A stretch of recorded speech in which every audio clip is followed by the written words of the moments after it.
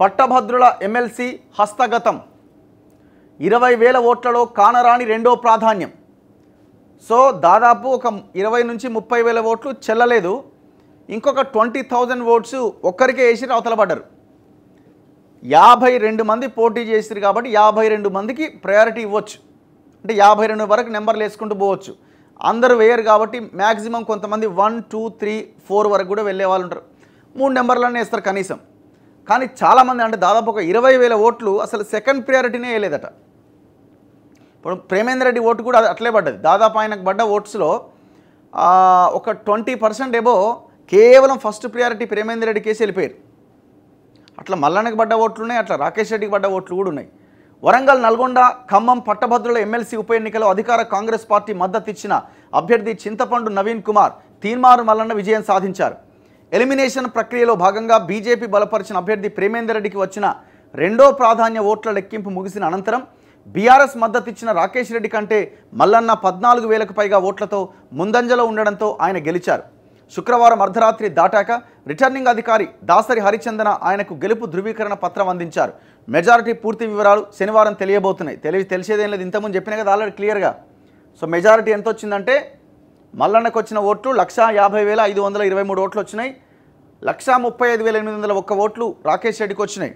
So దీంతో 4,500 sorry ఇదా లేదు, యాక్చువల్గా ఏంటంటే నేను ఇక్కడ ఇంతకుముందు రాంగ్ ఫిగర్ వేసిన. ఇది వీళ్ళిద్దరికి వచ్చిన ఓట్లు. దాదాపు ఒక వీళ్ళిద్దరికి వచ్చిన మెజారిటీ ఎంత అంటే 14,000 చేంజ్ సంథింగ్ ఉంటుంది, 14,000 ఉంటుంది.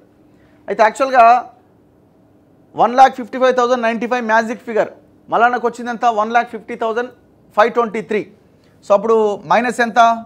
4,572 ఓట్లు మైనస్ ఉంది. ఇంకా మరి మ్యాజిక్ ఫిగర్ చేరుకోలేదు కదా, ఎట్లా ప్రకటించారు అంటే ఇంకా అక్కడ లెక్క పెట్టడానికి ఏం లేదు. అక్కడ లెక్క పెట్టాలంటే రాకేష్ రెడ్డిని ఎలిమినేట్ చేయాలి. రాకేష్ రెడ్డిని ఎలిమినేట్ చేస్తే రాకేష్ రెడ్డికి పడ్డ సెకండ్ ప్రియారిటీ ఎవరికి పడతాయి?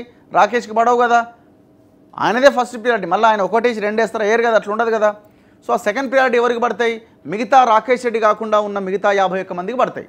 ఆ 51 మందిలో మల్లన్న కూడా ఉంటాడు. ఇంకా అవి కౌంట్ చేయాల్సిందే. అవి కౌంట్ చేస్తే ఈ మిగతా ఈ 4,000 రీచ్ అయినా కాకపోయినా ఇంకా ఆయనే డిక్లేర్ అవుతాడు. ఎవరైతే ముందంజలో ఉంటారో వాళ్ళని డిక్లేర్ చేస్తారు. సో నేను జరిగింది కూడా అదే, తీన్మారు మల్లన్నని డిక్లేర్ చేయడం జరిగింది. 150,523 ఓట్లు మల్లన్నకు వచ్చినాయి. 135,000 ఓట్లు రాకేష్ రెడ్డికి వచ్చినాయి. 14,500 మెజార్టీతో మల్లన్న గెలిచినట్టుగా ప్రకటించడం జరిగింది. బుధవారం ఉదయం 8 గంటలకు ప్రారంభమైన ఓట్ల లెక్కింపు సుదీర్ఘంగా శుక్రవారం అర్ధరాత్రి వరకు కొనసాగింది. 3 రోజుల పాటు ఉత్కంఠగా సాగిన ఈ ప్రక్రియలో తొలి ప్రాధాన్య ఓట్ల లెక్కింపు నుంచి ఎలిమినేషన్ ప్రక్రియ వరకు మల్లన్నకు రాకేష్ రెడ్డి గట్టి పోటీ ఇచ్చారు. ఎలిమినేషన్ ప్రక్రియలో రాకేష్ రెడ్డి మల్లన్న కంటే సుమారు 4,000 వరకు ఎక్కువ ఓట్లు సాధించినా అప్పటికే మొదటి ప్రాధాన్యంలో మల్లన్నకు 18,000 పైచీలకు ఆధిక్యం దక్కింది. మల్లన్న గెలుపు ఖరారు కావడంతో కాంగ్రెస్ శ్రేణులు, ఆయన అనుచరులు నల్గొండలోని లెక్కింపు కేంద్రం బయట బాణాసంచా కాల్చి సంతోషం వ్యక్తం చేశారు. 20,000 ఓట్లలో కానరాని రెండో ప్రాధాన్యం.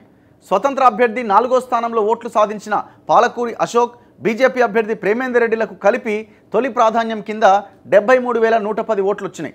వీటిలో సుమారు 20,000 బ్యాలెట్ పత్రాల్లో ఆ ఓటర్లు రెండో ప్రాధాన్య ఓటు వేయలే, ఫస్ట్ ఓటు వేసి వెళ్ళిపోయారు అంతే. దీంతో ఆ ఇద్దరు అభ్యర్థుల రెండో ప్రాధాన్య ఓట్లు తనకే వస్తాయని ధీమాగా ఉన్న రాకేష్ రెడ్డి ఆ మేరకు ఓట్లు కోల్పోయి ఓటమిని అంగీకరించారు. ఆయనకి ఎందుకు వస్తాయి, ఇంకొకరికి ఎందుకు రావు? అందరికీ వస్తాయి. వాళ్ళు అనుకున్నారు వేయలేదంతే. ఇప్పుడు సాంకేతికంగా ఓడినా నైతికంగా విజయం నాదే. నియోజకవర్గ పరిధిలో అధికార పార్టీ తరపున 32 మంది ఎమ్మెల్యేలు, 5గురు మంత్రులు ఉన్న వారి అభ్యర్థికి గట్టి పోటీ ఇచ్చా. ఓడినా ప్రజల మధ్యనే ఉంటా. నాకు అవకాశం ఇచ్చిన కేసీఆర్కు, ఓటేసిన పార్టీ కార్యకర్తలు, నాయకులు, పట్టభద్రులందరికీ ధన్యవాదాలు. 4వ ప్రయత్నంలో మల్లన్న విజయం.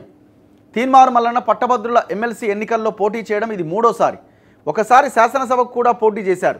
తొలిసారి 2015లో పట్టభద్రుల ఎమ్మెల్సీ ఎన్నికల్లో స్వతంత్ర అభ్యర్థిగా, అనంతరం 2019లో హుజూర్నగర్ శాసనసభ నియోజకవర్గం నుంచి ఇండిపెండెంట్గా పోటీ చేసి ఓడిపోయారు.